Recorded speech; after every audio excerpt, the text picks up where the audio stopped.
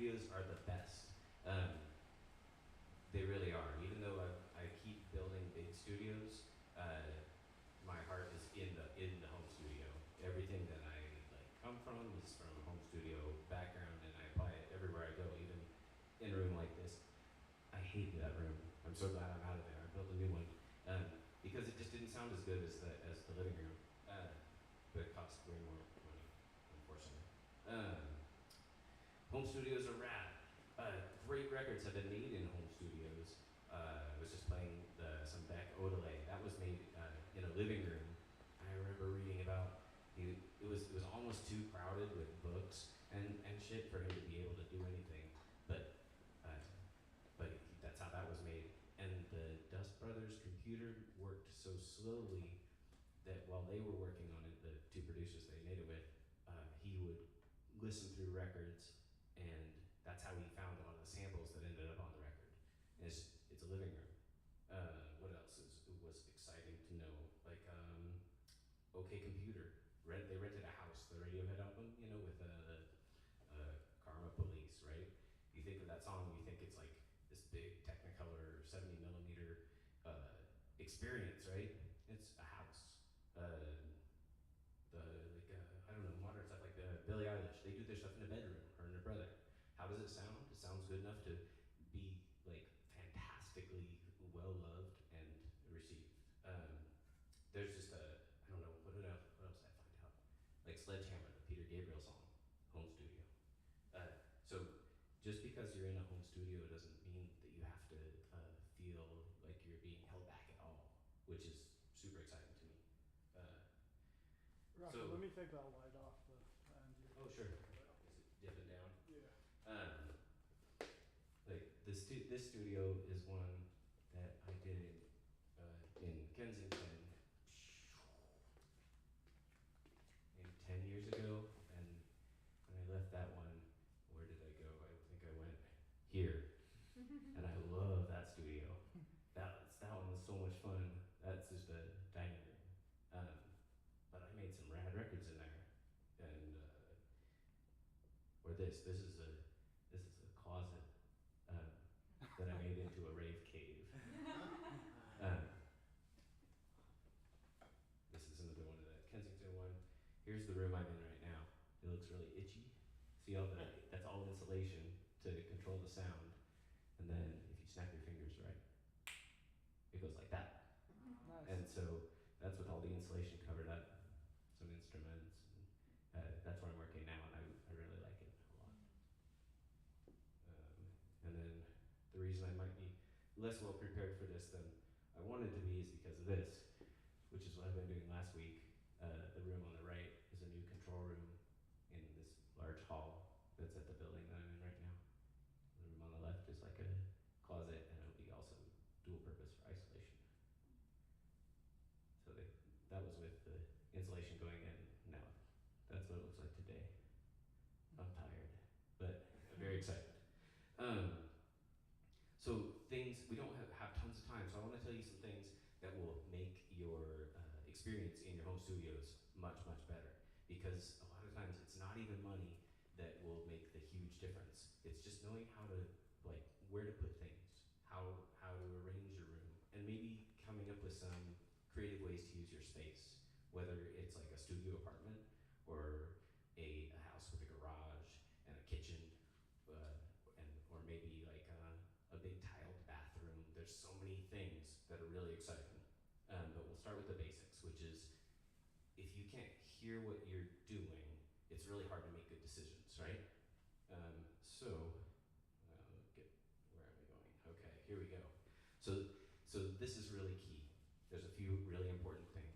When you're setting up in a room, if you're trying to do any sort of mixing in there, you want to be symmetrical, right? Because if you have more space on one side, or like a big pane of glass on one side and then a softer wall on the other side, what's going to happen is that the sound that goes this way is going to hit your ear different than the sound that goes this way, and you'll make bad decisions, or not bad decisions. It's like putting on your clothes and doing your hair in a circus mirror, right? So it's kind of wavy, and you think you're doing it just right, and you're like, I look fly, and you go out and you listen to your mix on some other system, you're like, the fuck, right?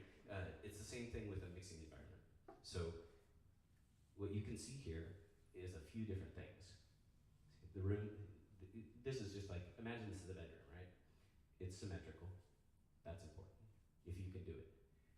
You're set up where your monitors are coming from the small wall. If it was turned, 90 degrees, and he was facing to the right, or she was facing to the left, that would be much worse for the mixing environment. So you want to be facing your narrower wall. Your speakers don't want to be right up against the wall. You want to get them off the wall a little bit because of some funky bass stuff that happens, just the way that sound works.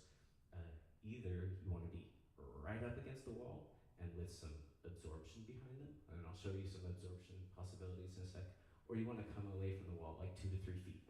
And I think if you've made mixes in your house or wherever, and then you take them somewhere else and you feel that feeling where you're like, shit, it's usually the bass, right? Like, it's not a lot of like, I wasn't understanding what was going on with the mid-range and treble here. It's a bass thing, because in home studios, bass is really the big issue. So getting your speakers off the wall is really key. Another thing you see is the distance between the ears and the speakers and the speakers and the speakers. See how that makes kind of a triangle, an equilateral triangle? That's super important too. That'll help a lot with understanding your stereo image and where you're putting things. So draw a triangle. You know, you can do it with a measuring tape, or even if you just hold a microphone cable, you know, and just hold it there and hold it there, and you know, if you can, you want to have the place where your ears are about 38, well, not about 38% this way into the room, which I know is pretty persnickety, but the closer you can get to that, the better your perception of what's going on in the room is going to be. So now, what you see here, you see the red lines up at the top. Those are really important, because sound doesn't just shoot straight out the speaker. You know, if you've ever been around a speaker, you know that you don't have to stand in front of it to hear it.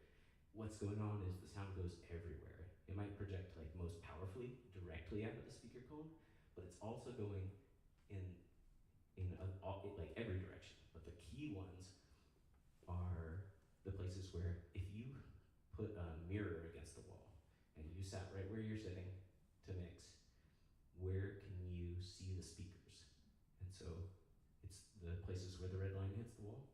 If you looked to the left or to the right, you would see one or the other of the speakers. What happens there is the sound goes from the speaker, hits the wall, bounces and hits your ear, and your brain combines the sound that came straight from the speaker with the sound that's slightly delayed by that bounce, and it'll fuck up your perception of equalization. You know, it'll create either peaks or dips, cancellations in frequencies. And so what do we do about that, right? Same with the back. It's less of an issue in the back, but it shoots to the back, and then where does it go? Well, it's got one place to go, it bounces right back to your ears. And your brain has to combine all this into trying to understand it. And that's hard to do. And so you just hear it as one unified thing, and it makes a mess. And then you go and play your mix on something else, and you go, oh, fuck. It doesn't sound right. So here's what we do. On the left and on the right, the places where you see the A up there, those are absorption, right? That's something that you make that will absorb the sound. Sound goes and hits those, and not so much of it comes back, right? So at the minimum, you'll want to put some absorption on both sides. And then in the back, you can either do absorption, or probably better is diffusion, which doesn't suck up or cancel out or like eat any of the sound up. It sends it back out into the room, but it sends it out in a more of a randomized and scattered way that makes it more musical and lets you hear more of a balanced sound. So that's just even doing this, setting up so your back is to the long way of the room, putting your speakers in an equilateral triangle with your head, pulling them away from the wall a little bit, because I know space is always an issue. And so you want to like jam it up against the wall as much as possible because then you have the most room behind you, right, to put some instruments and some fun stuff, and you don't want to be too crowded, but you're causing issues for yourself. So if you can, pull your monitors away from the wall. And then on the back of the wall, some diffusion. You know, what's a really awesome natural diffuser is a bookcase. If you think about how that looks, where it's like staggered things, right? That the sound hits it, it bounces back. You know, the ones that are closer, it comes back sooner. The ones that are further away, it comes back later. And it kind of scatters it to the left and the right. A bookcase is a great diffuser. Things like, well, I'll get into sofas later. The sofas are really awesome too. But yeah, some diffusion on the back and some absorption on the left and right. And I'll show you how to build my favorite absorptive panels. They are a game changer for home studios, and I mean even for pro studios. So let's see if we can get to it. Okay, here we go. Here, see, I meant what I said when I said 38%. See, it's to the ears, ideally 38% of the length of the room. So let's see. Okay, now I'm gonna back up a little bit. So this is at Home Depot. A bag of this costs like 80 something bucks, and it is like sound magic. It's thick enough and dense enough where it'll absorb a nice broad swath of sound, right? Not just like a high frequency. Like if you ever like maybe you're in a practice space and there's carpet on the wall, right? Carpet's like, you know, half-inch thick, maybe a shag carpet's like an inch thick. That's only gonna do anything on really high frequencies. So bass and mid-range are gonna be unaffected by it. But an installation like this, it's, see there on the right, is, I think these ones are 3 inches thick. The properties of them, I'm, you know, there's many people way smarter than me about it, but the properties of these are wonderful for sound, for bass, for mid-range, and for treble. So here's a way to build them. It's easy to Google it and look up some ways, but if you build a frame, so if 8 of those are 80 bucks, that means about 10 bucks a panel for the installation. You can use scrap wood, you can use plywood, you can use anything to build a square, right? Pop it into the square. You take some fabric, and it's got to be breathable fabric. You know, if you like hold your mouth up to a piece of fabric and you go and try to blow through it, sometimes your breath goes right through it, and sometimes it feels like you're having to force through it. That's an easy test to see, hey, is this fabric going to work for this? If your breath goes through, sound's going to go through easy. And that's what you want. So like a burlap is great, but really you can do it with so many different kinds of fabric. So you just throw the fabric on it, staple it around, boom, it's so pretty, right? Like, and then you can use these, if we go back to, there it's on the wall, and it looks nice and professional. And the supplies to build that are probably 15 bucks a panel. If you buy like sound absorption products, they're gonna perform way worse than this. They're gonna cost way more money. Like, I'm not gonna say anything bad about these sound panels right here, but these will spank it any day. These will only go like in the like upper mid-range and the high parts of the frequency spectrum, and so it's gonna give you that funhouse mirror. You know, you're gonna be putting on your makeup in a weird way. You're gonna be like, oh, this is fantastic. It's not though, and you'll find that out when you use this thing in different environments. So these ones with this nasty insulation, you can build them for 15 bucks a pop, and they don't have to look that pretty either. Like when I first started making these years, like decades and decades ago, it would just take like a sheet of plywood and pop the insulation on top, and then just pull the burlap around it and staple it on the back, so they just looked like ugly lumps, but they work the same sonically. This is just way prettier. So then, if you imagine those things are on the right and left, right at ear level, so that when the sound heads out of the speaker, heads there, that eats up so much of it, and it makes a huge difference in your perception of what's going on. That'll help you, it makes this be way better. Another thing you can do with them is put them in the corners. You see how in all the corners of this room you see some boxes? what those are doing is something called bass trapping, which, again, if you've listened to your mixes anywhere and you feel frustrated or sad, it's usually because of some weird bass stuff. It's just like, I had no idea that was happening. I had no idea that the frequencies in the synthesizer were hating the kick drum, and now I'm hating the kick drum, and I'm hating the synthesizer, and I think I'm just gonna paint a painting, because fuck that, right? Bass is such an issue in the home studio, and even in pro studios too, of course. But bass trapping, what happens when you put those very same panels in the corners is that they will eat up a lot of the bass that is causing problems in the room. And this works for tracking too, right? Just because the way that sound works, bass tends to accumulate and get reinforced in corners of rooms. And corners are not just the sides. Corners are also, look around, where do we see corners? We see up there. What's different about that one than this one? Nothing, right? So these sort of corner bass traps, if you build a bunch of these panels, right? I think the last home studio I had maybe 8, 10, something like that. You stack them on top of each other in the corner, and your bass clears up so much, and it's fantastic. It'll work for if you're tracking drums or anything really, and you're just you want some more clarity in it. Work with the bass, and in the corners, in the top line of the walls, you can do them in a way that works in your room. And because bass isn't really directional, it kind of just exists because of the length of the sound waves. It's all over the place. Treble and mid range are pretty directional, which is why you want to put the absorbers on the sides where your ears are. But bass, you can deal with it anywhere. So if you've got space in an upper part of your room, you can do it up there. Another thing that works really well as a bass trap is a big old sofa. And so if you have a sofa in the back of your room, or really anywhere really on the side of your room, back's best because it keeps your symmetry, but that also will help with bass.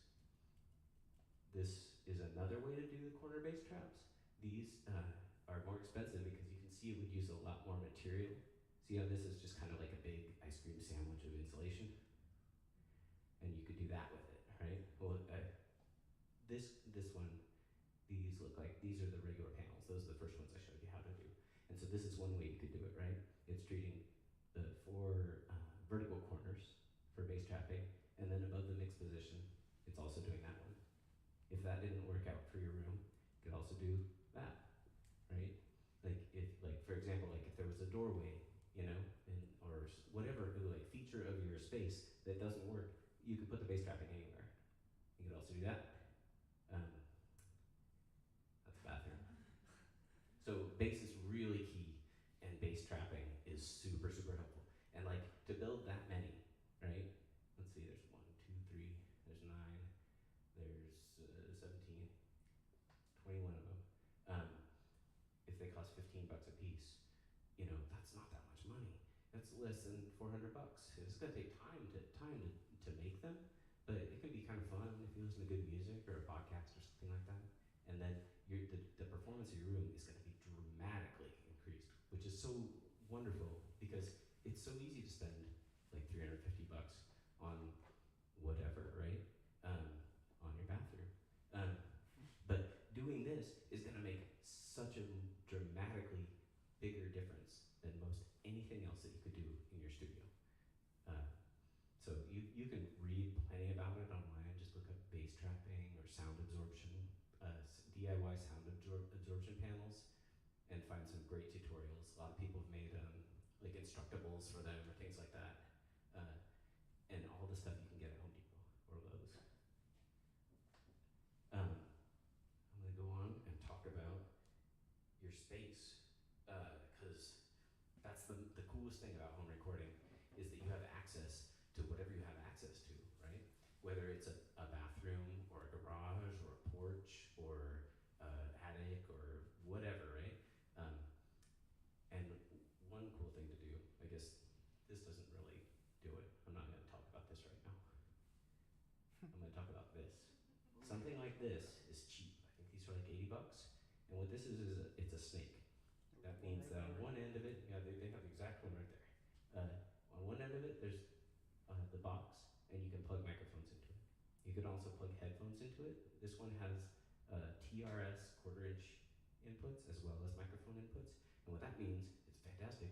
If you plug a headphone cable, or if you plug the guitar jack looking side into your headphone output, it'll come out on the box. And so these, I think they make them in like 25 and 50 foot lengths. And so like, let's say you've got your sound card, your interface, right? And it's got some microphone inputs, and it's got a headphone out. You plug the cables, these guys, into it, and then all of a sudden, like you can go as far as that cord will reach, and so you can take take it into the bathroom.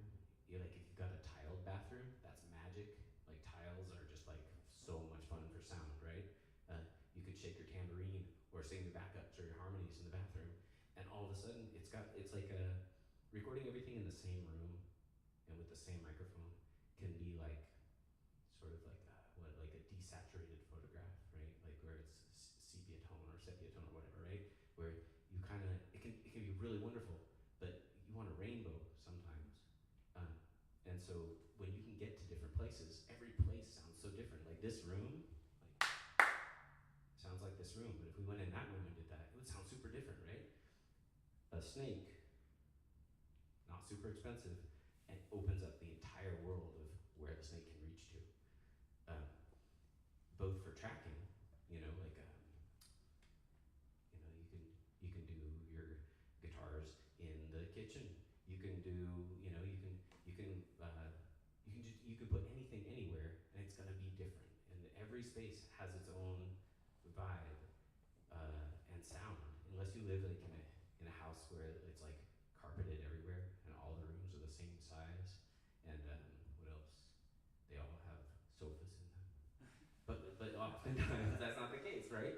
So like a bathroom might sound like splashy and short and sharp, and the living room might sound more expansive. If it's got hardwood floors, it'll have like a little tail on it, like you hear how after the clap sound it goes, there's some time on it, but that time won't happen in the bedroom, right? And so in a bedroom, it's going to sound different. A great place to record your vocals is a closet. Why, though? Because you feel confidence. No, all the hanging clothes, what are they doing? They're going to be totally absorptive, right? So it's going to sound way different than recording in the bathroom, but what it's going to let you do is then use delays or reverbs or things to create the ambience on the sound. And that might be right for what you're working on, or maybe the sound of the living room or kitchen is going to be right for what you're working on, where it's like a natural sound, and it's like it sounds like a voice in a room. But if it wants to sound like a voice in a cavern or something, or a voice, just if you want to treat it more as opposed to capture the sound of an environment, go in the closet. Like if you have a walk-in closet, that's even better. But who has walk-in closets? Do it at your uncle's house, like. And again, the snake lets you get into the walk-in closet, So the potential for rooms is fantastic. And I think a lot of times when we make our home recordings, we just kind of set up in one thought and we do everything right there. And it's like cooking with like salt and pepper and garlic powder, and that's it forever. And like you want to have that spice cabinet. You want to get weird. You want to go to the farmer's market. Snake's gonna get you to the farmer's market. They go to the farmer's market, get some weird stuff, and try to cook some things. And then all of a sudden, there's going to be more depth in your recordings, and you're going to be having an easier time and a way more fun time. Because just imagine, like, I don't know, just like the world of possibilities is thrilling when you're recording, and when you limit it just by not really remembering that you don't have to, it's really exciting. And you can also take like a laptop and a little interface and your snake and a microphone and headphones anywhere else, like anywhere else. You can go to a parking garage, right? You can go to Horton Plaza on a weekday night, and go into the parking garage in a corner and do some whatever you want, like do some singing or do like bring a recorded back at the house, and then all of a sudden, magic, right? So let's see, what else? What are we talking about? Okay, back to the bathroom. Let's go to the bathroom. This is another rad thing. Reverb chambers. A lot of the records that we grew up hearing, and even still hear less and less, use reverb chambers for the reverb. So let's say you record your claps, right? But then you want some magic on them. You send the claps through an amplifier or speaker of some sort into another environment, and you put a microphone on the other side of the environment. This is not my bathroom. My bathroom is way cuter than this, but you can imagine how it sounds. See all that tile? Take all the towels out of it, pick up the bath mat, like push the shower curtain to one side, and then send something through a amplifier. It doesn't have to be a good amplifier. It could be a studio monitor, or it could be a guitar amplifier, or it could be anything, right? It could even be a Bluetooth speaker. Like, you just have to get sound into the place that you want to capture the vibe of, and then put the microphone on the other side of the room, maybe point it away from it, maybe point it towards it, try some different things, but then all of a sudden, you've got, you have a reverb chamber, I don't know, it's so hard to even just describe, just the records that are like in the history of pop music and rock and roll music that we all know so well. There's so much use of reverb chambers on them, and you have reverb chambers, but you just don't know it, which is the rad thing. It's like, pack up anything that's gonna absorb the sound and make it as hard and lively as possible, and see what that sounds like. And if the sound goes on too long, put the bath mat back down and see what that sounds like. And you can try different things. Put the speaker pointing into the corner. What does that sound like on the other side of the room with the microphone? Turn the speaker around. You just fuck around with things and end up with it's so much fun. Like when I built my new studio, I did the studio bathroom with plaster walls that kind of have like a hard concrete finish, and then I put a speaker up in the ceiling over the bathtub, and then because you gotta have a bathtub, and then underneath the sink I put a PZM microphone, which are these it's a flat microphone, right? It doesn't look like a microphone; it just looks like a square piece of metal. But so all I have to do is just patch from anything I want to come out the speaker in the ceiling and record it record the microphone that's under the sink, and I'm just like reverb chamber happiness, It does magic on synthesizers, anything you record direct doesn't have the same presence, kind of, the things you record with a microphone. It's just because of the nature of things travel through sound, they change, right? They get richer, they get a little bit imperfect, and imperfect is exciting. So synthesizer's great, but you can record drums and then just send the snare drum into the bathroom and see what that sounds like. It's super fun. Okie doke, let's see. What's the next pictures? Maybe that'll tell us what to do. I think that's all my pictures, because now I get into talking about other things for your studio. All right, patch bays. Who knows what a patch bay is? Okay, who has a patch bay? Okay, awesome. The rest of you, if you have a home studio, you're gonna love a patch bay. You can get patch bays pretty cheap, and what they are is, I should have put a picture of them. Ha ha ha, joke's on me, or you. A patch bay is a place where, imagine if the inputs and outputs on all of your things, instead of being on the back of them, they were all in one place, just like that, right? And so you can take a cord, like a guitar cable, right? And you can plug the synthesizer into the echo, and then into your sound card, just like that, doot, doot, doot, right? Where you can be like, the kick drum, and I'll try it into this, and see how it's like. So you're not going behind things, it slows you down so much to have to be crawling around behind things. I forgot, what did I unplug that from? And then you just plugging in, and you want to take out the barriers to just fucking around, because making art and music is just fucking around, right? And so you want to do the most fucking around and the least amount of biting your nails and cursing. So a patch bay is wonderful. I want to see if I can find a picture of a patch bay really quick. It's not going to be hard. There's many different types of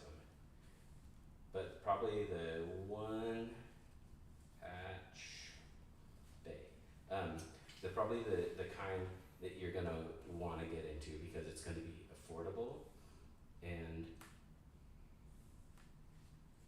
let's see here, did we do it? Can you see that okay? There we go, there's the patch pay. So you see it's just a bunch of jacks, right? And if you turn that thing around, you pretty much see the same thing. And it seems really boring. For the longest time I just thought like, whatever, patch bay, you seem intimidating and I just couldn't get. But then when I understood the power of them, it's just kind of transformative because it just puts everything right there. And so like, for example, right now in my studio, the patch bays that I use are kind of nutty. They're more like that. You see that okay? It's big and it's ugly. Yeah. So a whole bunch of these. It looks similar, but the jacks on those are more like the size of a headphone jack. They're called TT cables. They're smaller, and you can fit a whole lot more. So I think in my current studio I have 5 96-point patch bays, so almost 500 places that I can send this from here to there. That's because I'm crazy, but you don't have to be crazy. Like a typical patch bay is 48 points, and that's going to be plenty. And you can get them for about $50, something like that. You know, if you look on eBay or OfferUp or Craigslist, even cheaper. You know, I was gonna bring one to give away tonight, and I forgot. So if you want a patch bay, let me know because I got some extras. But anyways, yeah. So it's fantastic, right? So you can just microphones can also go. Your snake, if you have a snake that's permanently set up, say it goes over to the drums, right? If you've got a drum set, that can also go into the patch bay. And then you can just be like, oh, what if I plugged a snare drum into this? How does that sound? You try it out. Super cool. Patch bays are magic. Get patch bays. If you have enough things where plugging them in and out and changing things around is a pain in the ass, patch bays are a lifesaver. Money. Nobody has enough money to do music the way that like just you think about classic studios or things like that. That's not for people like that. The amount of people that have that amount of money are so small, and we are not them. So knowing where to spend your money to make a good difference in what you're doing is huge, right? So I'm going to tell you what order that you want to spend money in, because it's really easy to spend a lot of money in a place that you won't even notice it in what you actually come up with, right? So first thing, we already went through it, but your room. Like if you're recording anything that's not drum machines and synthesizers, virtual instruments, your room is really, really important because everything you do is through that lens of your room. And so figuring out the different spaces you have access to with your snake, figuring out how to get them sounding as rad as possible, which is usually about dealing with bass problems in home studios. So bass trapping, corner bass traps, sofas. That's so important. It's almost even more important than the microphone that you're using. So your room and your instrument, right? Like if I put the most busted ass guitar that sounds awful and nobody wants to hear it ever in front of the most expensive, wonderful microphones in the world, it's still gonna sound just like a more clear picture of that stupid guitar that I hate, right? So instruments that you like the sound of, like for me, I love that shitty guitar. Like you can't get that thing out of my hands, you know? That's what I want. But that's what I want. So the instruments that you use are critical, because no matter how much money you spend on your microphone or your preamp or your compressor or your anything, it's not gonna matter if the instrument that you're recording doesn't sound the way you want it to sound. So your room and the instrument are the most key things. Like you ever hear a voice memo and it just sounds like, oh, that sounds great. It's because the room sounded good. It's because the instrument sounded good. It's because the performance sounded good, you know? So the biggest things are the space, your instrument, and just your relationship with the instrument or with the music. But then there's a lot of really interesting ways to increase your radness, right? Microphone is pretty key. That said, I have a $4,500 Beyonce microphone, right? It's the 251, Telefunken E251, and it sounds incredible. But when I'm making most of my music, I'm using the $5 swap meet mic. It's got a zhuzh to it, you know? Like it's just like, fuck yeah, that's rad. It doesn't have to be expensive, but they're all different, right? So trying different things out, and seeing what works. Like if you're a singer or you do stuff with voice, find what works with your voice, because everybody's voice kind of comes out different. There's going to be things that are really flattering to your voice that might not be so flattering on mine, or vice versa, right? Play around with, like, if you can test out different microphones. If you have friends who have mics you can borrow, mics are super important, and they're different because some of them will record like when you look through a telescope and you just see like just what's straight over there. Some microphones are like that. You point it at a thing, and what you hear with that microphone is just what's over there. Some microphones are like a big panoramic, like, you know, like a fisheye lens, and you just hear everything, right? So different mics are different like that. Like getting some different ones that'll do different things is super, super fun and important. You don't have to spend a ton of money, but get some things that can give you some different flavors, and then just kind of like that rainbow that you get by going different places in the world with your snake. The microphones will help you do that too.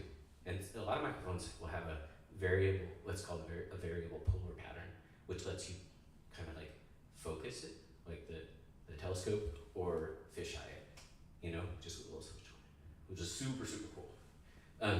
So yeah, mics are really important. Your monitors are really important.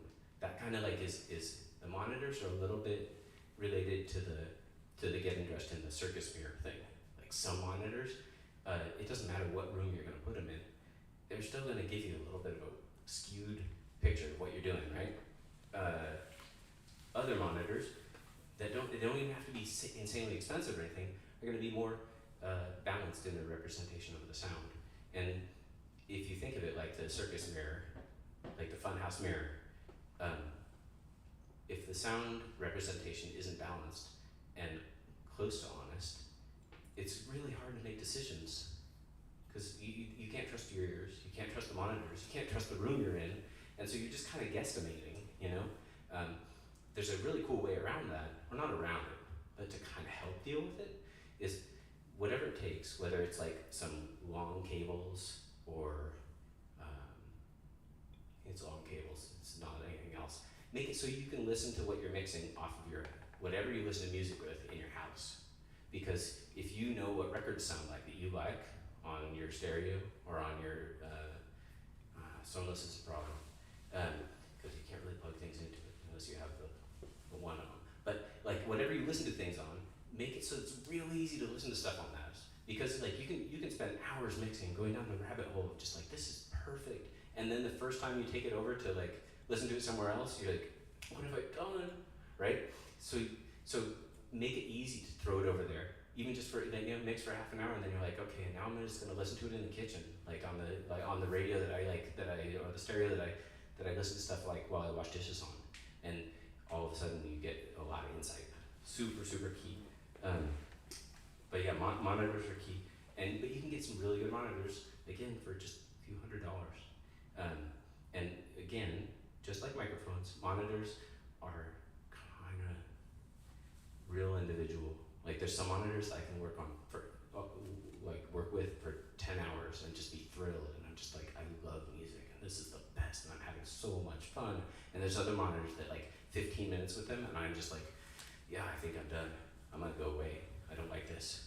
And it's just like, I can't explain it, except it's just a central thing where like, if it is wonderful, it's wonderful. And if it's awful, it's awful. And I like the wonderful things. And so I wanna use monitors that are wonderful, right? That doesn't mean expensive. That just means that whatever it is about them gives me a little thrill. And it's different for different people. Like other people's favorite monitors, some of them I just can't stand. So play around with different monitors. Like if there's friends you have that will let you borrow some and hear them in your room, do that. If you can, sometimes like a Guitar Center or a Sam Ash will let you return things in the first whatever. I don't know what their policy is, but just like if there's a way to take it home, see if it works, and then bail on it if it doesn't, and nobody's getting hurt, like, do it, because money's not unlimited and you want to make it count, right? Mic preamps. Mic preamps, you can spend, sky's the limit on $10,000 on one channel of mic preamp. And in the mix of a song, you're probably not even gonna hear the difference between that and like the one that's built into your sound card. Like if you solo it, if you just listen to just that channel, you're gonna hear like some richness and some real like, oh, that's really nice. Is it $10,000 nice? Probably not. And so finding like what works, what makes sense for your life and your budget is really, really key. If you like to solder, there's a lot of mic preamps that you can build from kits. They'll have the same performance as some of the $10,000 ones, but because they're not the name and because you built it, magic, right? I mean, I love mic preamps, and I've been like putting together my collection of them for whatever 25 years. So I have some pretty rad ones, but if I'm spending my money, it's not on my preamps. Like if I'm putting together my home studio, I'll get some decent preamps, you know, like maybe a Mackie mixing board, right? Mackie mixing board is gonna be just fine. It's gonna get the stuff in, and then you can figure out how to color it in, like once you record it. So we're mostly recording digitally now, right? Is anybody using tape machines here? Okay, so with plugins, you can color sounds so easily, and a lot of what mic preamps do is give you different colorations of the sound, real subtle stuff, and that's all available with plugins for much less money. Compressors too, like there's $16,000 compressors that are like holy grail compressors, right? And that's for one channel. So if you want to do something in stereo, $32,000. You don't need that. Like you can get like if you get maybe like one or two decent compressors, a few $100s, you might even not need that. You can do it with plugins now. Again, you can go down the rabbit hole, and I've got and I will continue to collect nutty compressors. They're one of my favorite things in the world, but that's kind of just because I'm crazy. If I was just making a home studio, like, you know, once you have extra money, yeah, you can go ahead and be like, yeah, I'm gonna try out an interesting mic preamp. I'm gonna get this compressor. I really like the way it sounds. But to start with, your room, your instruments, your microphone or microphones, getting things used, eBay, Craigslist, OfferUp, and if you have to, Reverb, because Reverb is a site that sells all the same things that those other ones do. It's but way more expensive. eBay's magical. Let's see. So yeah, as far as spending your money in your room, buy an $80 snake, get some monitors that you feel like you can spend time with, get a few microphones that'll give you some different colors, and build some bass traps, and you will be like 80% of the way to just rad town. I did a little bit of research about records that were recorded not in studios, and was really just blown away by some of the stuff. You might know some of these or none of them, and I'm sure there's ones you know that I don't, that were also recorded in home studios, but here's some. The Tom Petty Full Moon Fever, you know, Free Fallin', right? That sounds like a big studio record. It was done in a garage, and it just with Tom Petty and the two people he made the record with, and they all just go in the garage. Everything was tracked in the garage. They didn't even use the snake to go to the bathroom, you know. Like I don't know how they did it, but that record sounds amazing. OK Computer by Radiohead with the Karma Police, you know, everybody knows. We all know that song. They rented a house. To be fair, it was a big house, but they rented a house, you know, and they used snakes and cables to be able to do this in that room and this in that room, and just get different sounds. Bon Iver, like all his stuff is home recorded. Exile on Main Street with the Rolling Stones, recorded in a house. Failure, Fantastic Planet is a record that sounds enormous. It's like a alt rock, touch point for so much stuff recorded. They just rented a house. Beck, Odelay, and a Devil's Haircut in my mind, right? Yellow's Haircut in the Dust Brothers living room. That's how that record was made. Just in a messy, cluttered living room. And that record changed like pop music for so much stuff. The Tame Impala, the Currents album, that record sounds incredible. That's a home recording. Fiona Apple's new record, the Fetch the Bolt Cutter, she did at her house. Outkast, like all of their stuff. Intel, Speakerbox, A Love Below, like Stankonia, all done. Not even just in a house, but done in the basement, like, and in a shitty basement, like where you see, like where there's the water heater and the floor is dirt, like low ceilings and it just sucks. But yeah, you can't complain about Outkast, like the White Stripes did all their first records in home recording. Peter Gabriel, Sledgehammer, home recording. Billie Eilish, all their stuff they do in a bedroom at their house. With her and her brother. Daft Punk, Homework. That record was done at home. Around the world, around the world, around the world, around the world. Totally, it's a home recording. Like, can you get more successful than a song like that we all know and have heard 1,000 million times? It's just a home recording, which is so wonderful.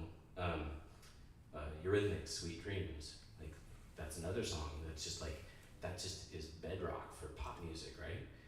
Home recording, 8-track. Do you know that song 96 Tears? 96 Tears, recorded on a porch. They just like, they put the band on the porch and just recorded it on the porch. I love it, right? I don't know, so much stuff.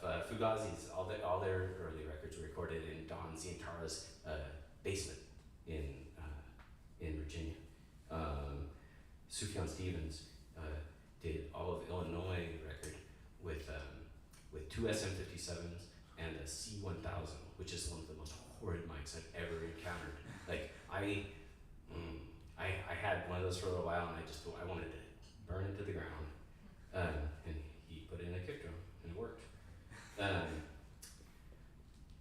So anyways, home recording doesn't have to be bad recording.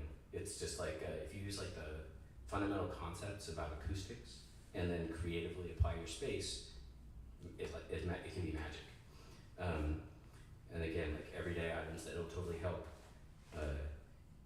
Bookcases, anything that has like a staggered depth is gonna make a room sound more musical, more balanced.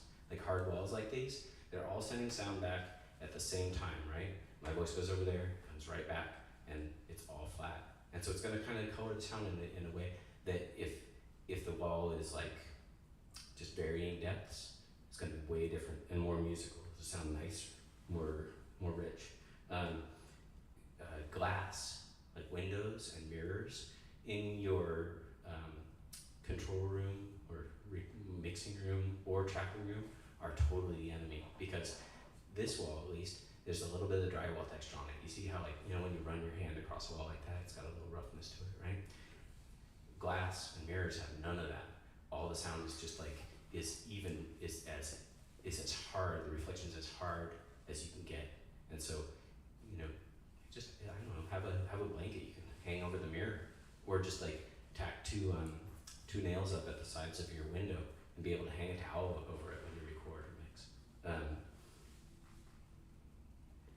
You might want to record some things in other places. Maybe you can't play drums in your house, so either find like maybe somebody that you know who you can go over to their place and record your drums, or hire a studio. There are studios still, and you can go and just record your drums there, right? Take them back home and do all your other stuff. Because drums are have a huge relationship with the room. And in a home recording that can be rad. Sometimes it can be, like, if you just aren't finding a way to get it to work for you, go somewhere else, if you can. Piano is another one. A piano is has a huge relationship with the room. So, I don't know, maybe your aunt goes to a church and they'd let you go in the middle of the week when they're not doing anything, and just take your laptop and a sound card and a microphone and just fuck around and bang on the piano. And it's in this big room, and all of a sudden your piano recording has some magic, right? Brass and strings also have a huge relationship with the room. But voice, guitars, bass, synths, doing them at home versus doing them in an expensive studio is not much of a difference at all. If you're having a lot of trouble getting mixes that translated that you feel okay with, maybe consider hiring somebody to help mix it. You know, you can just give them really simple stems of what you're working on. Here's all the guitars, here's the drums, and then just have them put their ears on it and then get somebody else's feedback. That can be really, really helpful. Or if you like your mixes but just feel like they need just that extra like 10%, maybe get somebody else to master it for you. Somebody who can listen to it with a fresh pair of ears, in a different environment, and who's really used to just assessing the whole picture and being able to kind of figure out how to make it cohesive. Mastering is when you take like the stereo mix, and then you just work with that. And so it's like equalizing it, compressing it, maybe doing some work on the stereo image. But it's much more subtle. Like when you have a mix that you're happy with, but then you play it next to other things, and you're like, well, I don't know, what am I doing wrong? A lot of times it's just that. It's just get somebody who's good at mastering to just put an ear on it, spend a little bit of time with it. But you can also do it yourself. Let's see.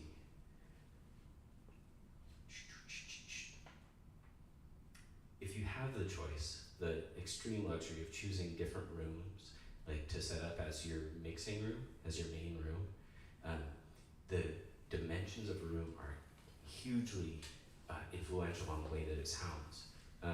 There's tools online, just various calculators that you put in your length, your width, and your height.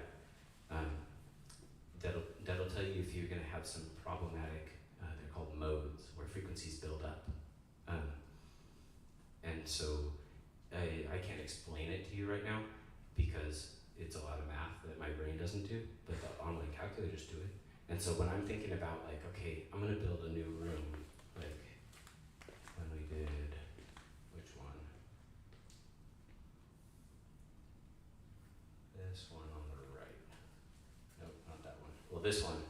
This room, I slaved over getting, like, working on the depth of it. Like, I could make it taller. I couldn't make it wider. But I could choose, I could drop the ceiling a little bit. You know, I could work with the height. I could bring, like how I had a little bit of wiggle room. And so I worked a lot to get to an ideal ratio of the height, the width, and the depth. And this room sounds so balanced. Like there's no problems in it. It makes me just like, ooh, I'm so excited. This one, like the one on the right there that you see, is a much smaller control room than this one.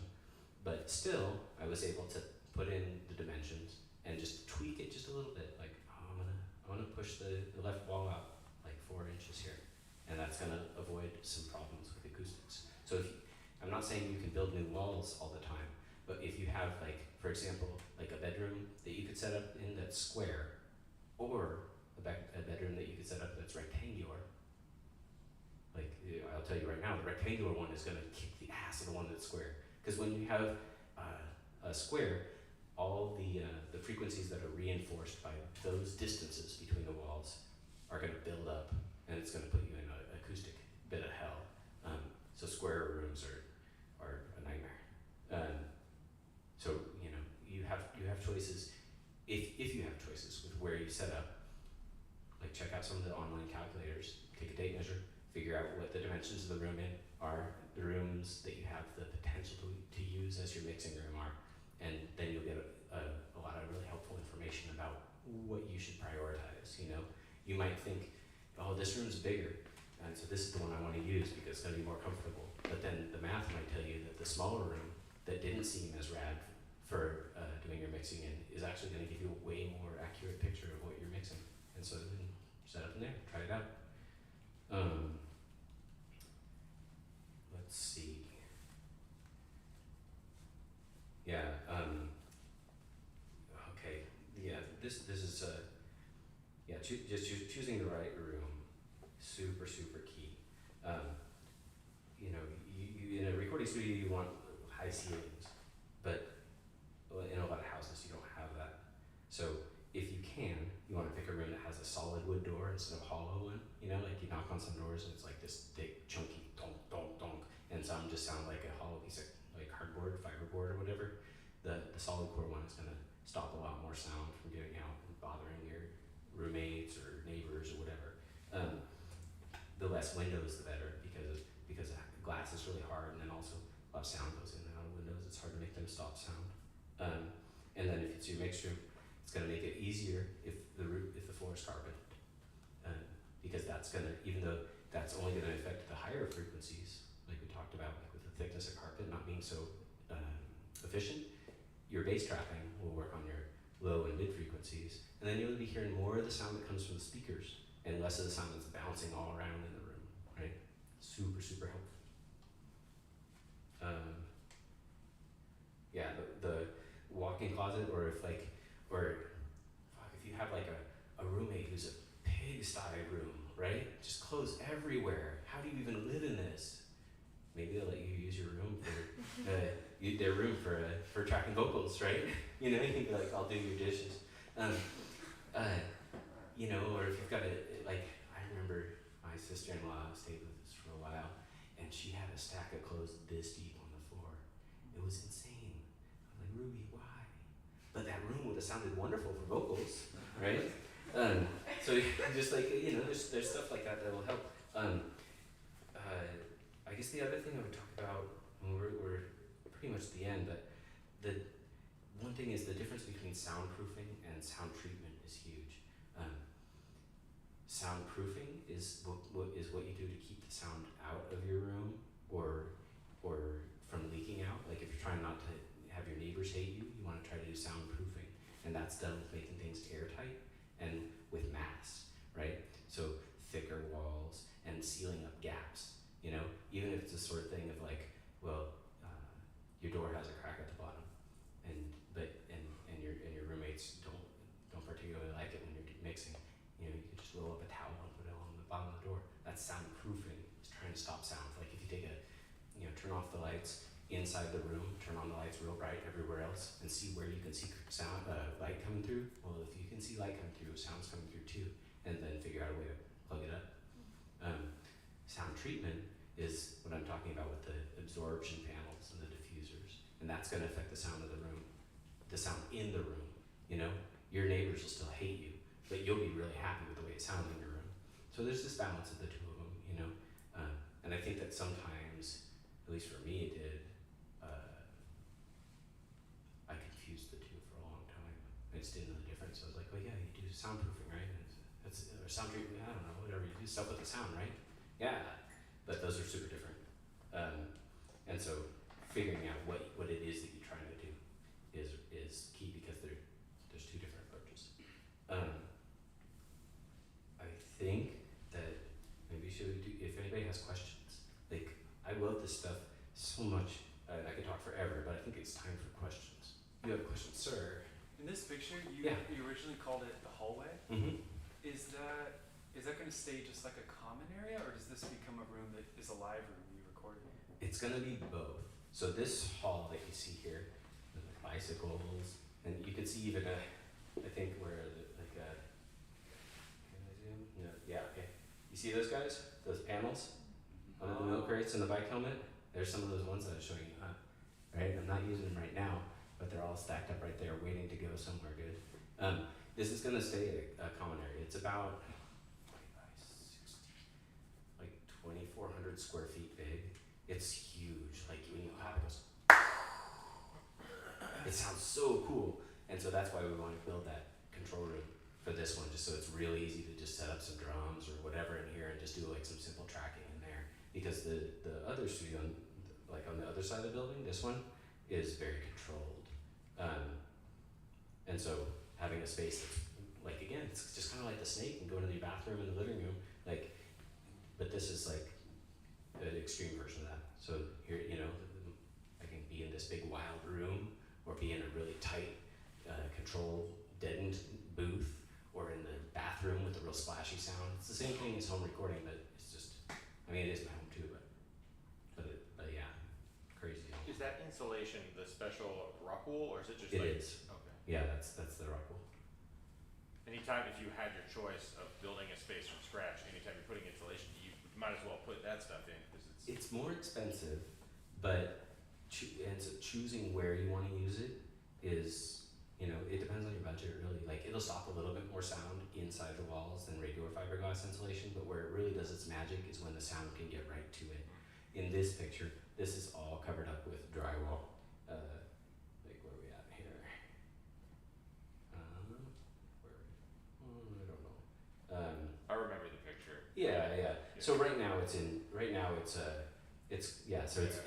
encapsulated. So the only reason it's there as rock wool is because I bought too much, and it'll stop a little bit more sound, but it's not going to do anything for the acoustics in these rooms. Okay. You know, it'll be working on soundproofing. But it'll not improve it a soundproofing. little more. Yeah. Will it help with bass too? With what? Bass? It won't, because the sound can't really get to it because it's behind. Like you can't really tell, but on each side of this wall, there's 2 layers of 5/8 drywall, so it's like that thick of drywall, and then inside of it is the insulation, and then on the other side another big fat sandwich of drywall, and so the sound's not really going to get to it. All it's going to help do is the sound that does get into the wall. It's going to help diffuse it just a little bit, but where the rock wool does magic is when the sound can touch it. You know, you don't want to expose because you'll get itchy, but when the sound can get to it, that's when it does its stuff. Yes. I have an actual question, but quick aside, when you were mentioning like albums that were recorded in home studios, did you hear about Trent Reznor apparently recorded the Downward Oh, Spiral yeah. in Sharon Tate's old house? Yeah, in the Manson family slaughterhouse. Totally. Yeah, that one's epic. I was going to ask for guitar tones in particular. Do you have any opinions on like? Do you feel that amp simulators have caught up with the tones of like tube amplifiers, or do you think they're not quite there yet? I do. I don't think that if you play amp simulator and then just like a mic'd up amp like guitar cabinet to anybody, they're gonna be able to clock it. Like especially in a mix. If it's soloed, there might be little tells, maybe, but not really. The thing that you don't get with your amp sims, and this is why I have like it's not in the picture, but so right next to the piano, there you see the little stack of amps right there. Well, now that stack is in a plywood cabinet that I built that goes all the way up, so that I could just have any one of these different flavors of amps. I can swap them out and stuff. The thing you don't get with an amp sim is the acoustics of the room. So I can take my microphone and I can pull it 5 feet off of there, or I can turn on the microphone that's in the hallway, and all of a sudden it's like it's really different. With an amp sim, you just have the reverbs that they include with the amp sim. You can always reamp your amp sims through things, but I find it's just faster and more fun to just do. If I'm looking for a tone that's not what I'm gonna get with an amp sim, I'll do it with amps. Yeah. How accurate do you think the space plugin is on Pro Tools, where it like simulates reverbs in different rooms, or like different famous rooms? Have you messed around with that? I haven't messed around with that, but I'm well familiar with. I imagine it's a convolution reverb, which takes a sort of an acoustic snapshot of a space, and then you can apply it to a sound. Those are pretty incredible. Things like Altiverb or the space plugin, I would imagine. East-West Spaces is another one that's really incredible. But convolution reverbs are incredible. They can capture rooms. You can also capture the sound of guitar cabinets, various cabinets. You can capture the sounds of different mic preamps, because all it does is you just send in a kind of a test tone, like right, and then it analyzes everything that's not that, and it applies it to whatever you feed into it. It's so amazing. I've used the space one and have found it pretty. Do you have a question? Yeah. Yeah, okay, say you're mixing in an asymmetrical room, Mhm. and the asymmetrical side is on the narrow end. Is it better to have your back toward the asymmetry or your face? Does it get wider or narrower behind you? It's, okay, how do I describe it? Okay, so the asymmetry is like a tiny little hallway that leads out the door. Okay, I gotcha. I would want that behind me, because the further you are from it, the less you're gonna perceive it. And if you're like, once you are getting to a real, like if you feel like you're like, okay, this is it, I'm working on my final mixes, like maybe you hang a thick curtain over the hallway or something like that, just to help however it can. Although really the hallway, what it's mostly gonna do is gonna make the bass a little bit screwy. But if but if your monitors are fairly close to you and the hallway is fairly far away from you, it's not going to be a super bad issue. If you have the hallway right next to you, it's going to be a lot more of an issue. Thank you. If you are stuck in a space where you're not in the ideal place in the room, so you're Yeah, stuck in a corner always. or whatever, what are your thoughts on the best way to approach that Okay. setup? So if you have to be in a corner, there's a way that you can set it up to make it more symmetrical or less, right? So let's say I only have this space to work in for my desk and my little music area, right? Everything else is taken. I can't set up in the middle of a wall. So if I go like this, right? The sound goes and it hits right here. It comes to my ear. The sound goes and it goes all the way over there, and then it comes back. I'm fucked, right? I'll be fine. I'm not gonna die, but it's not great, right? But if I go like this, just like turn that much, right? I turn 45 degrees, and all of a sudden it's the same on both sides. So just do that little turn, pull yourself a little bit away from the wall, and stack up those panels that we built, and see how you do. You know? Yeah. Hey, just curious, like those amps that you have there, and you know, I'm sure you have like a lot of different types of effects and stuff like that. How they go into your patch bay? I'm just like curious personally. Like, if you were to take your guitar and want to utilize one of those amps and be like, oh shit, no, I want to try like the one on the bottom. Would you plug your guitar into a patch bay on that cool looking like No. Star Trek? So when controller? I'm doing guitars, I want to keep my cable length short, just for noise and impedance issues. So I'm just gonna plug into the amp. However, this whole studio, like this room, and then there's an isolation booth behind it. There's a hallway behind it, like a corridor, not a large hall. And there's that real splashy reverb chamber bathroom, and then there's that big hall, and there's like a little green room hangout room. Each one of those has speaker ties going to it. So what I can do is I can take a guitar head and plug it into a spot at my desk and have it come out anywhere in the building if I just put a speaker cabinet there. So if I want to just, you know, it's kind of stupid, but it's really exciting. You know, like it's really easy to just be like, well, I'm sitting right here, like with my computer, doing the performance, so I can be editing and tracking, because I don't use another engineer. I do all my own stuff. But then I can have the cabinet wherever I want, or be recording it in the super dead, small, tight green room, as well as like having a microphone on the opposite side of that big ass hall, you know, like 60 feet away from the guitar cabinet, you know, and track them both at the same time. See what happens. Just like a long XLR cable or something? No, I ran really thick speaker wires through the walls to different patch panels on the walls. So yeah, I'm doing it in a way that's not really home studio style, but that's because it's my